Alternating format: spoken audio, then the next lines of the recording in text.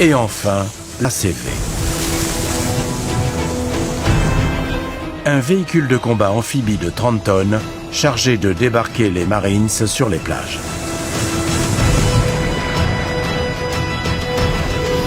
Chaque ACV embarque 16 soldats. Sa propulsion est assurée par 2 hélices placées à l'arrière. Et il peut franchir des vagues de plus d'1,80 m. Alors comment construire un engin blindé de 30 tonnes qui réponde à ces exigences fondamentales? Ces concepteurs se sont inspirés d'un véhicule précurseur. Voici le Valentine. Waouh! C'est absolument extraordinaire. Un char d'infanterie de 7 tonnes et demie. La puissance de ce truc! Les chars ont joué un rôle essentiel pour les forces alliées pendant la Seconde Guerre mondiale. Mais les chalands de débarquement qui les transportaient jusqu'aux plages étaient lents et vulnérables, ce qui privait les soldats du soutien dont ils avaient besoin. Afin que ces chars puissent être transportés et débarqués de façon plus sûre, le général de division Percy Hobart et l'ingénieur Niklas Stroessler proposent une solution novatrice. Super!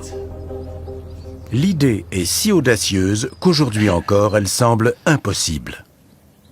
Il fallait trouver un moyen de faire flotter les chars, ce qui paraît complètement ridicule quand on voit cet engin derrière moi. Mais les 2 hommes ont eu une idée géniale. Alors, imaginons que cette brique est un char. Les 2 sont très lourds. Quand je lâche la brique dans l'eau, elle coule immédiatement. Mais en fait, il y a une façon très simple de changer la densité de la brique. Vous allez voir. Voilà ce que j'ai fait. J'ai entouré le haut de ma brique d'une sorte d'écran en plastique.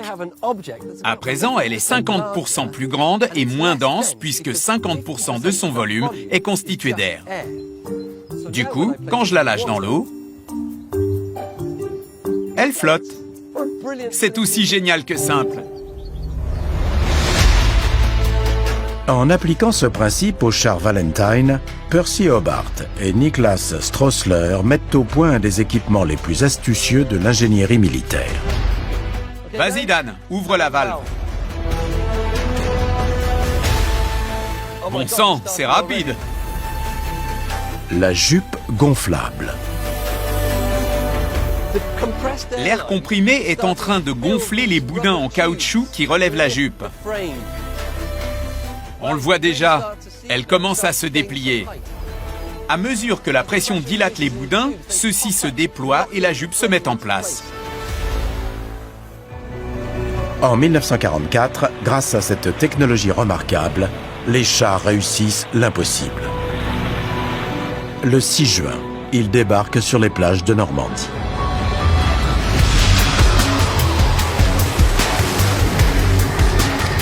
À l'instar du char Valentine, l'ACV a été développé spécialement pour transporter les soldats entre les bateaux et la plage.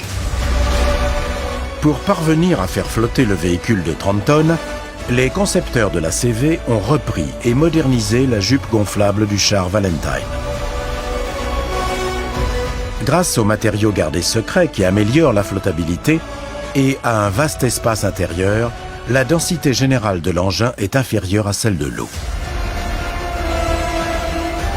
C'est une belle prouesse technique d'avoir conçu un véhicule aussi lourd et aussi grand, dont la majorité de la structure est immergée, et qui réussit à flotter et naviguer même dans une mer très agitée. C'est une réalisation exceptionnelle.